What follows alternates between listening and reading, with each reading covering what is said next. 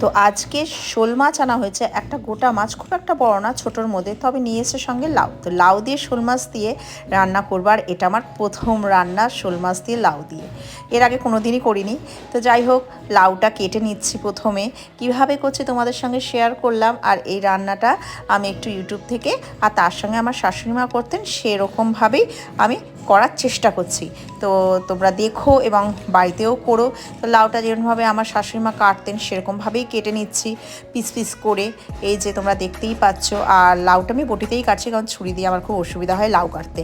আর মাছ আমি দুটো মাথা আর এক পিস মাছ দিয়ে করছি, কারণ আমার শ্বশুরমশাই খাবেন, আমরা কেউ খাবো না, আমরা মাংস খাবো। তো লাউটা তেলের মধ্যেই দিয়ে দিলাম, যেহেতু মাছ ভাজা হয়ে গেছে সে মাছ ভাজা তেলের মধ্যে দিয়েছি। ফোড়ন কিন্তু আমি কিছু দিইনি, পরে ফোড়ন আমি দেবো। তো প্রথমে ভালো করে নাড়াচাড়া দিয়ে নিচ্ছি, তারপর এর মধ্যে দেবো হচ্ছে স্বাদ অনুসারে নুন আর একটু হলুদ গুঁড়ো, পরিমাণ মতো, যতটা পরিমাণ লাউ থাকবে ততটা পরিমাণ আমি হলুদ দেবো। তো তারপরে ভালো করে এটাকে নাড়াবো চাড়াবো এবং কষাবো, যতক্ষণ না এর থেকে জল না বেরোয়, কারণ লাউয়ের মধ্যে প্রচুর পরিমাণে জল থাকে। তার জলটা দেখো একটু একটু একটু বেরোচ্ছে। আর আমি দুখানা কাঁচা লঙ্কা চিড়ে দিচ্ছি। এবার জলটা যতক্ষণ না শুকোয় তত নাড়াচাড়া দিতে থাকবো।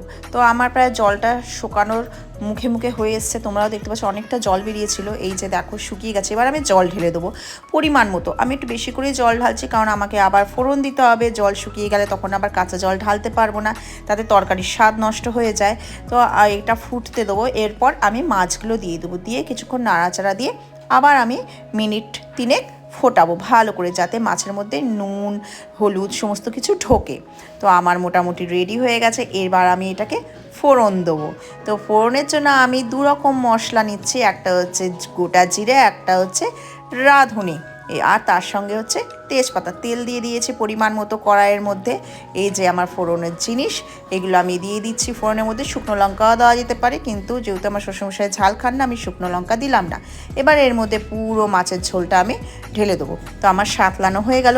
এবার আমি এটাকে ভালো করে নাড়াচাড়া দিয়ে ঢেকে এবার এটাকে সিদ্ধ হতে দেবো, যতক্ষণ না ভালো করে এগুলো মিশে যায়।